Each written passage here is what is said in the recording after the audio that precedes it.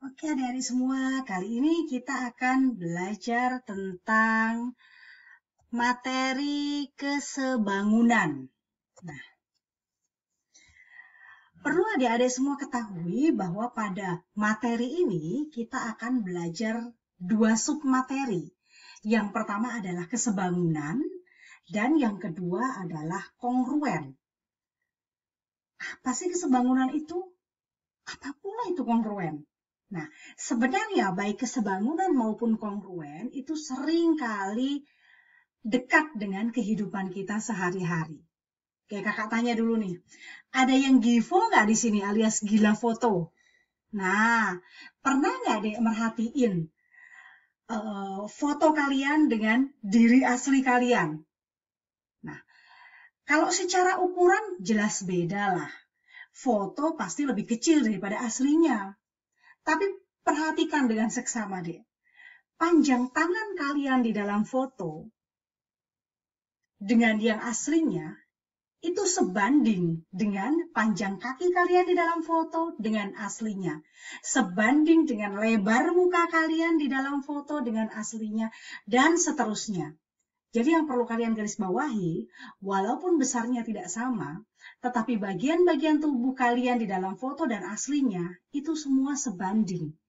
Kira-kira seperti itulah kesebangunan. Nah, prinsip kesebangunan ini sering kali digunakan oleh arsitek dalam pembuatan desain rumah. Ada yang punya cita-cita jadi arsitek nggak di sini? Kalau ada berarti wajib ngerti ini kesebangunan. Nah, pernah dapat brosur rumah, Dek? Nah, pernah dapat brosur rumah? Coba perhatikan. Di dalam brosur rumah itu kan biasanya ada ukuran-ukurannya ya. 3 cm, konsisten yang pasti 3 cm, 5 cm, dan lain sebagainya.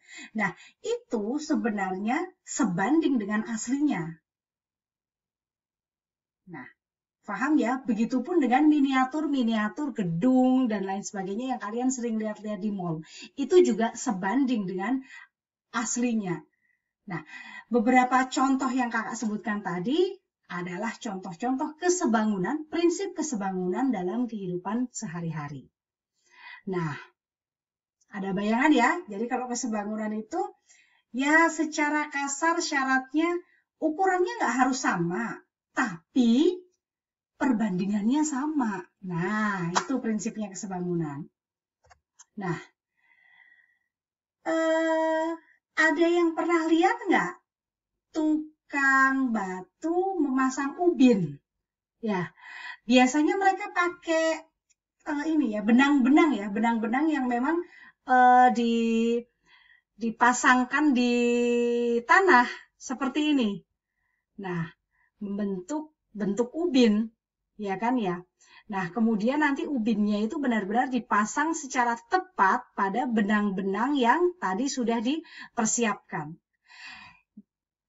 Benang-benang ini dipasang tujuannya memang supaya ubin itu terpasang sempurna. Akhirnya jadinya rapi deh. Jadi jangan coba-coba membuat benang-benang itu menjadi lebih lebar daripada ubinnya atau lebih kecil daripada ubinnya. Karena apa? Wah, mengacaukan itu nanti. Nah, ini adalah prinsip kongruen. Benang-benang itu harus dipasang sama persis ukurannya dengan ubin, supaya ubin bisa diletakkan secara sempurna ke dalam benang-benang itu, yang pada akhirnya ubin-ubin itu tersusun rapi, seperti itu. Nah, ada kebayang nggak deh? Berarti syaratnya kongruen apa? Ya, secara garis besar kongruen itu ya harus sama persis. Ukurannya harus sama persis, bentuknya harus sama persis. Nah, paham bedanya ya? Kalau kalau kesebangunan, Dek, ukurannya nggak sama, tapi tetap sebanding, alias memiliki perbandingan yang senilai.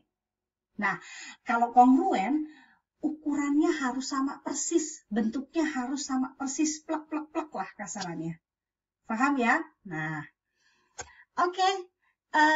Kita masuk ke submateri yang pertama. Kita akan lebih dalami lagi apa yang sudah kita bicarakan tadi, yaitu tentang kesebangunan.